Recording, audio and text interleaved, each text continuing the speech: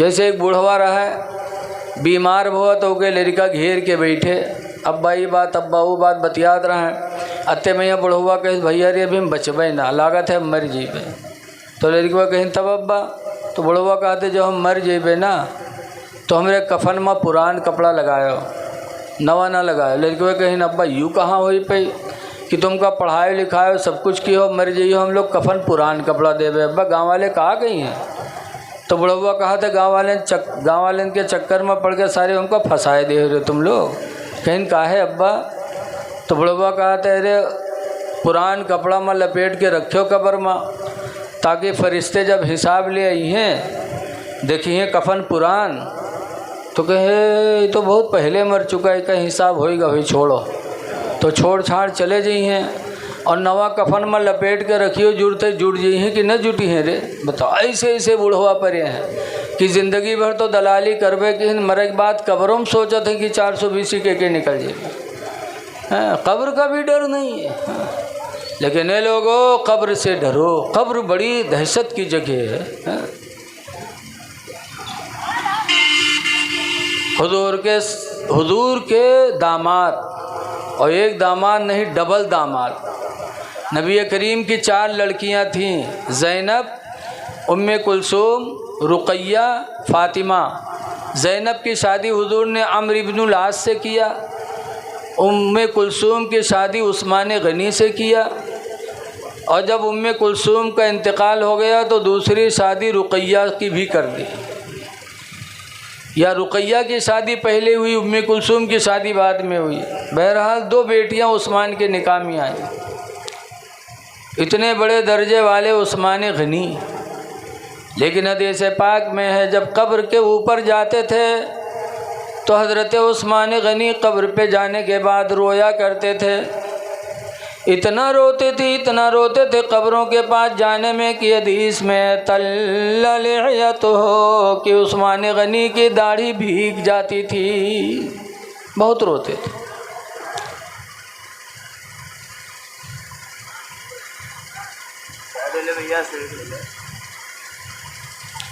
तो उस्मान गनी रोते थे, दाढ़ी भीग जाती। लोगों ने पूछा उस्मान कब्र पे आने के बाद रोते क्यों?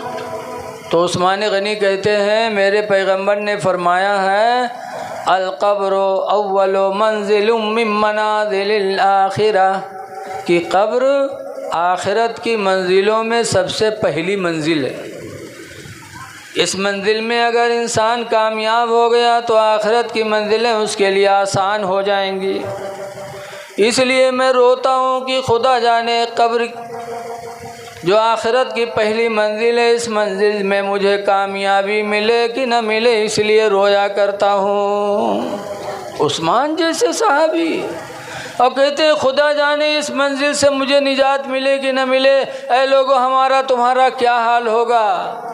हम किसी लायक नहीं, फिर कब्र में हमारा मामला क्या होगा? इसलिए कब्र की तैयारी कर लो। आला हज़रत जैसे मुजद्दिद भी अपने पैगंबर को दुहाई करते हैं, अर्ज़ करते हैं या रसूल अल्लाह, खड़े हैं मुनकर नकीर सर पर, न कोई हामी न कोई आवर। खड़े हैं मुनकर नकीर सर पर, न कोई हामी न कोई आवर। और बता दो आकर मेरे पैगंबर के सख्त मुश्किल जवाब में है। इसलिए कब्र की तैयारी करो, और कब्र की तैयारी के लिए सबसे बुनियादी तैयारी नमाज है। नमाज पढ़े बग़ैर इंसान अल्लाह रसूल को राज़ी नहीं कर सकता। आज बहुत से लोग अपने आप को आशिक़े रसूल कहते हैं कि हम आशिक़े रसूल हैं, हम मसलके आला हज़रत वाले हैं, और नमाज छोड़ रहे हैं। तो न वो आशिक़े रसूल हैं न मसलके आला हज़रत वाले हैं। नमाज अहम चीज़ है। नमाज के बारे में देखो हुज़ूर फरमाते ला तसुब्बुद्दी का, ऐ लोगों मुर्गे को गाली न दिया करो। मुर्गा जो सुबह कुकरुकू बोलता है बहुत से तो लोग गरियाओ थे, जब वो बोला था कहते का सारे काटिन डारो का खाए लो साहब सोवे नहीं देते, वो लोग कहते कि नहीं कहते। लेकिन मेरे पैगंबर फरमाते हैं ला तसुब्बुद्दी का, ऐ लोगों मुर्गे को गाली न दिया करो, लिअन्नहु युक़ज़ु लिस्सलाती, इसलिए कि मुर्गा तुम्हें नमाज के लिए जगाया करता है। इतनी बड़ी फजीलत हो जाए और मुसलमान किसी मुसलमान को नमाज के लिए जगा दे तो अल्लाह के रसूल कितना खुश होंगे। इसलिए खुद पढ़ो, अपने पड़ोसियों को भी बेदार करो, अपने बीवी बच्चों को नमाज के लिए बेदार करो, ताकि अल्लाह और अल्लाह के रसूल की रज़ा हमको तुमको नसीब हो जाए। नमाज बहुत अहम इबादत है। नमाज पढ़ोगे तो इंशाअल्लाह दुनिया भी आखिरत दोनों कामयाब हो जाएंगी। हमने नमाज का तो बहुत करीब से देखा। हमारा गांव खन्नापुरवा जंगल के दायरे है। अक्सर लोग लकड़ी काटते हैं, बेचते हैं, पकड़े जाते हैं, मारे जाते हैं, छूटते हैं, फिर काम करते हैं। एक दफ़ा हमारे खन्नापुरवा 3 आदमी गए जंगल में लकड़ी काटे, पकड़ गया, रुपैया थानक पुलिस लेके गए, थाना हम बंद कर दी। तीनों ठोरे बेचारे बैठे। दरोगा जी आए, चाय वाय पी के तक पट्टा उठाई। जब पट्टा उठाए मारे चले तो मैं एक ठोर बहुत होशियार रहा, बजर से रुमाल बिछा के नियत बांध ली अल्लाह, और 2 ठोर सिधक के बैठे रह गए। उनके ऊपर जुट गए दरोगा जी, उनका दोनों पीटिन। उसके बाद जब उखे लंग बढ़े तो फिर झप्प से नियत बांध ली, तो लौट के आए बाहर से, फिर उन्हीं दोनों जुट गए। उनका दोनों मारे, उके लंग बढ़े तो वो सलाम फेरे कि झप्प से फिर बांध ले। घंटाहन गुजर के उके नमाज नहीं ख़त्म हुए थाने में, और उन्हीं दोनों बेचारे पलट पलट के मारे जाए। अत्ते में यहाँ गांव से रुपया बटूर के थाने में पहुँच गया। दरोगा जी रुपया पाएंगे तो छोड़ दी। जब छोड़ी तो तीनों ठोरे आए गांव में यहाँ, तो दोनों का गरिया में कहा सारे कब के नमाजी हो गए हो, ये सारे घंटाहन नमाजें नहीं ख़त्म हुए आज थाने में। यहाँ कम से कम थोड़ी देर इका मरती तब तक तो हम लोग सोता ली, लेकिन अल्लाह जाने कौन नमाज शुरू कर तीसरा घंटाहन के नमाजें नहीं ख़त्म भे हो। बताओ, दरोगा जी के डर से नमाज पढ़ा था तो दरोगा जी के मार से बच गया। अगर खुदा के डर से पढ़ा होता तो दरोगा जी के मार से तो बचता ही, आखिरत में अल्लाह के अज़ाब से भी बच जाता। ऐ लोगो, नमाज तुम्हारे लिए ढाल है। नमाज पढ़ो। सलातो मेराजुल मोमिनीन, नमाज मोमिनों के लिए मेराज है। नमाज पढ़ो, साफ़ सुथरा रहो, और सबसे ज़रूरी चीज़ है कि माँ बाप को राज़ी रखो। हदीस में है कि माँ बाप को बग़ैर राज़ी किए कोई जन्नत नहीं पा सकता। सरकार फरमाते हैं नाफरमान औलाद, माँ बाप की नाफरमानी करने वाली औलाद जन्नत क्या, जन्नत की खुशबू से भी महरूम रहेगी। अल्लाह कभी उसे अपनी जन्नत में नहीं आने देगा जो माँ बाप की नाफरमानी करेगा। इसलिए लोगों, माँ बाप की खिदमत करो, जितना हो सके माँ बाप पर खर्च करो। लेकिन आज बहुत से लोग हैं जो पीर साहब पर खर्च करी हैं, मौलाना साहब पर खर्च करी हैं, नेता नुतुल्लिन पर खर्च करी हैं, और माँ बाप के लिए उनके पास दौलत नहीं है। अगर 4-5 भाई हैं तो अब्बा अम्मा खातिर वसरी बांधते हैं, वसरी कि शनिचर के बड़को खवई हैं, इतवार के मझिलकू खवई हैं, सोमवार के संझिलकू खवई हैं, मंगल के लहुरका खवई, बुध के छुटकौआ खवई। बताओ, तुम माँ बाप के लिए बारी बना मुकर्रर करते हो। वो माँ बाप जिन्होंने तुमको गोद में बिठा बिठा के अपने हाथ से खिला खिला के बड़ा किया, उनके लिए बारी मुकर्रर करते हो, और ये सोच कर कि हम ही खिलाएंगे तो हम गरीब हो जाएंगे। अल्लाह ताला का फरमान सुनो। अल्लाह फरमाता है मन यत्तक़िल्लाह, जो अल्लाह से डरेगा, यजअल लहू मखरजा, तो अल्लाह उसके लिए कोई ना कोई रास्ता निकालेगा। वयरज़ुक़हू मिन हैसु ला यहतसिब, और अल्लाह उसको ऐसी रोज़ी देगा, ऐसी रोज़ी देगा कि वो कभी गुमान भी नहीं कर सकता। अल्लाह देने वाला है। इसलिए नौजवानों, अपने माँ बाप को खिलाने में न सोचो कि हम गरीब हो जाएंगे। जितना इन पर खर्च करोगे उतना ही अल्लाह तुम्हारी रिस्क में बरकत करेगा। हाँ, लिहाजा इनकी खिदमत करो, और एक दूसरे पर रहम करो। अभी छोटा सा बच्चा हमसे पहले तकरीर कर रहा था कि अल्लाह ने हुजूर को रहमत बना के भेजा और सबके लिए रहमत, लिहाजा रहम दिली करो। हिंदू मुस्लिम भी न देखो कि ये मुसलमान है, हिंदू है, इसको दे कि न दे, ना, अल्लाह का बंदा समझकर तुम मदद करोगे तो अल्लाह आपसे राज़ी होगा। एक आखिरी बात यही कह के मैं तकरीर ख़त्म कर रहा हूँ। एक शहर है बुस्ताम, वहाँ हज़रत बायज़ीद बुस्तामी रहते थे, अल्लाह के वली हैं। बायज़ीद बुस्तामी के घर के बगल में एक मजूसी रहता था, मजूसी हिंदू समझ लो। एक रात बायज़ीद बुस्तामी अपने घर में सो रहे थे कि रोने की आवाज़ गूंजी। बायज़ीद बुस्तामी की आँख खुली तो गौर किया कि कोई बच्चा रो रहा है। फिर और गौर किया तो पता चला मेरे घर का नहीं है, मेरे पड़ोसी का बच्चा रो रहा है, और पड़ोसी हिंदू था, मजूसी। बायज़ीद बुस्तामी रात की तारीकी में घर से उठे, दरवाज़ा खोला और उस हिंदू के दरवाज़े पर गए, मजूसी के दरवाज़े पर, और दस्तक दिया। मजूसी ने दरवाज़ा खोला। बायज़ीद ने पूछा, भाई क्या हुआ, तुम्हारा बच्चा बहुत देर से रो रहा है, क्या तकलीफ़ है, कौन सी परेशानी है, क्यों रो रहा है तुम्हारा बच्चा? तब मजूसी कहता है, बायज़ीद गरीबी ने इतना घेर लिया, इतना घेर लिया कि आज मेरे घर में चिराग जलाने के लिए तेल नहीं है। गुर्बत की वजह से आज चिराग जलाने की तौफीक न रही, अंधेरे की वजह से मेरा बच्चा रो रहा है। बायज़ीद बुस्तामी ने नहीं देखा कि हिंदू ही कि मुसलमान है, बल्कि रवायतों में कि बायज़ीद अपने घर वापस गए और जाने के बाद अपने घर के दूसरे चिराग में तेल डाला और तेल डालकर चिराग रोशन किया, और रोशन करके बायज़ीद उस हिंदू के घर में लेके गए।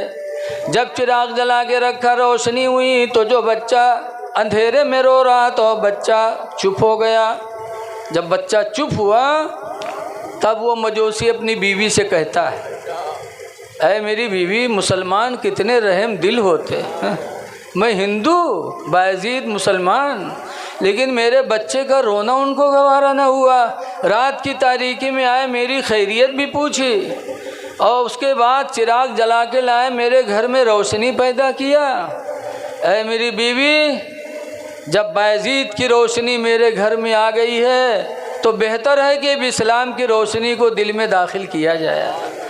मजूसी ने कलमा पढ़ा तो बीवी भी कलमा पढ़ी। सारे घर के लोग बायज़ीद का रहम करम देख कर कलमा पढ़ कर के मुसलमान हो गए। ऐ मुसलमानों, यह है हमारा इस्लाम, किसी की अमानत ना हड़पो।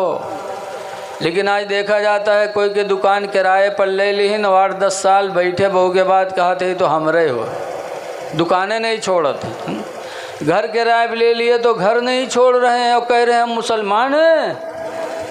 खुदा की कसम, वो मुसलमान उस वक्त तक कामिल नहीं हो सकता जब तक कि किसी की अमानत हड़पता रहेगा। जब अमानत वाले को अमानत देगा तब उसका इस्लाम मुकम्मल होगा। इसलिए लोगों, किसी की चीज़ न हड़पो, किसी की अमानत में ख़यानत न करो और तकब्बुर न करो, घमंड न करो। तुम्हारे नबी की ज़िंदगी हमारे तुम्हारे लिए नमूने अमल है। अल्लाह ताला हमको आपको अपने पैगंबर की ज़िंदगी पर अमल करने की तौफीक अता फरमाए। देखिए, मेरे नबी आए थे हमको आपको सुधारने के लिए। कुरान में वयुज़क्कीहिम, इब्राहीम ने कहा था अल्लाह ऐसा रसूल भेज दे जो लोगों को साफ़ व सुथरा कर दे। लेकिन आज ऐसे हैं जो हफ्तन नापाक घूमत हैं, बोलो, नापाक रहते हैं। आज रोज़ी में बरकत नहीं होती, क्यों नहीं होती?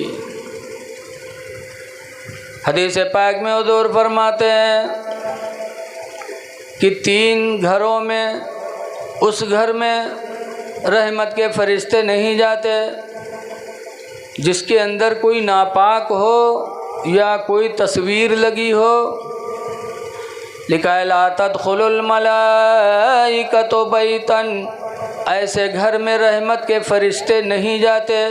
फीहि सुवरुन व जुनबुन व कलबुन, जिसमें तस्वीर हो, नापाक आदमी हो, कुत्ता हो। जिस घर में 3 चीज़ें होंगी उसमें रहमत के फरिश्ते नहीं आते। तो जब हम नापाक रहेंगे, रहमत इलाही नहीं मिलेगी तो घर में बरकत कहाँ से होगी? जानदार चीज़ का फ़ोटो लगाना। हुजूर जब काबा में गए थे तो काबा में हज़रत इब्राहीम का फ़ोटो लगा था, कई नबियों का फ़ोटो लगा था। हुजूर सल्लल्लाहु अलैहि वसल्लम ने हज़रत अली से फरमाया इन सबको निकालो। सारे फ़ोटो काबा से निकाले गए, तब हुजूर काबा में दाखिल हुए। नबियों के फ़ोटो थे लेकिन अल्लाह के रसूल ने हटवा दिया। अब आज हमारे तुम्हारे घरे में हीरो हीरोइन के फ़ोटो रहते, बताओ क्या फरिश्ते आएंगे? ऐ लोगों, घरों में अपने पीरों की तस्वीर न लगाओ, न हाजी वारिस पाक की लगाओ, किसी की तस्वीर न लगाओ। जिंदा जानवर की या इंसान की तस्वीर इस्लाम ने मना किया है। पाक साफ़ रहो तो अल्लाह की रहमत आएगी, और साफ़ सुथरा रहोगे तो इंशाअल्लाह आपस में कभी नफ़रत नहीं होगी। आजकल बहुत से मेहरुए जइए मदरसा में कहे मौलाना साहब तेने कुछ बनाए दो, पूछो का बात, तो कहीं हमरे यहाँ गुडुआ कब्बा तो हमरे पर निगाहें नहीं उठावत। अब बताओ महीनन नहाई हो न तुम, न कपड़ा बदली हो न नहाई हो तो आदमी के निगाह उठी। इंसान की फितरत में पाकी दाखिल है। बोलो, जैसे कोई मेहमान बन के कोई के घरे जाओ, साफ़ सुथरा बच्चा निकले इतना बड़ा, तो मेहमान लोग अक्सर उस बच्चे के चेहरे पे हाथ लगाते, कभी गोदी ले लेते। बोलो, करते कि नहीं करते? कब? जब बच्चा साफ़ सुथरा घर से निकलता है तो मेहमान बच्चे से प्यार करते हैं, कभी गाल पर हाथ फेरेंगे, कभी सर पे हाथ फेरेंगे, कभी गोदी में ले लेंगे। अगर ई मेरे घर से कोनो लड़का निकले जी के बुलबुल आँखें बुलबुल नाके बहात हो, तो बताओ उसका चुम्मा ले हो तुम? है न ले हो। काहे? इंसान की फितरत में पाकी दाखिल है। मियाँ भी पाक रहे, बीवी भी पाक रहे, तो इंशाअल्लाह ताला दोनों में कभी तलाक की नौबत नहीं आएगी। पाकी मोहब्बत का ज़रिया है, अल्लाह मोहब्बत करता। कुरान हकीम में अल्लाह फरमाता व युहिब्बुल मुतत्तहिरीन, अल्लाह ताला पाक रहने वालों से मोहब्बत फरमाता है। हुज़ूर सल्लल्लाहु अलैहि वसल्लम मदीने के पास दो कब्रों के पास से गुज़रे। मर्रा रसूलुल्लाह सल्लल्लाहु अलैहि वसल्लम भी कब्रैनी, हुज़ूर दो कब्रों के पास से गुज़रे। फ़क़ाला इन्नहुमा युअज़्ज़िबान, तो सरकार फरमाते हैं लोगों ये दोनों कब्र वाले अज़ाब दिए जा रहे हैं, इन दोनों कब्र वालों पे अज़ाब हो रहा है। अच्छा बताओ, हमका तुमका पता है कि कौने कब्र में का होता है? बोलो, कुछ पता है? नहीं पता। और हुज़ूर फरमाते, इब्ने अब्बास की रवायत है, इन्नहुमा युअज़्ज़िबान, बेशक ये दोनों कब्र वाले अज़ाब दिए जा रहे हैं। उनमें से एक हुज़ूर फरमाते चुगली खाता था और दूसरे के बारे में फरमाया ये पेशाब की छींटों से नहीं बचता था, वो चुगली खाने की वजह से अज़ाब में मुब्तला है और ये पेशाब की छींटों की वजह से अज़ाब में मुब्तला है। फिर हुज़ूर ने एक लकड़ी मंगवाई, हरी, दोनों के कब्रों पे लगवाया और फरमाया जब तक ये दोनों टहनियाँ हरी रहेंगी, खुदा की तस्बीह पढ़ेंगी, इन दोनों की तस्बीह की बरकत से दोनों के अज़ाब में तख़फ़ीफ़ होगी, यानी दोनों का अज़ाब कम हो जाएगा। इसीलिए हम कब्रों पे फूल डालते हैं कि हुज़ूर की हदीस है, कुरान भी है, युसब्बिहु लिल्लाहि मा फिस समावाति वल अर्द, कि अल्लाह की पाकी हर वो चीज़ बोलती है जो ज़मीन व आसमान के अंदर है। तो अब सोचो कि पेशाब की छींट से नहीं बच पाता था तो अज़ाब कब्र में मुब्तला। अब आज हमारे बहुत से नौजवान खड़े खड़े पेशाब करते हैं, क्या पेशाब की छींटें नहीं पड़ती होंगी? पानी नहीं लेते। तो ऐ लोगों, पाको साफ़ रहो, खुदा जाने किस वक्त बुलावा आ जाए। तो कब्र में जाओ तो अल्लाह के अज़ाब से बच जाओ, पाको साफ़ हो कर के ज़िंदगी गुजारो। लेकिन आज हम लोगों के दिल इतने ढीठ हो गए कि कब्र से भी डरते नहीं हैं।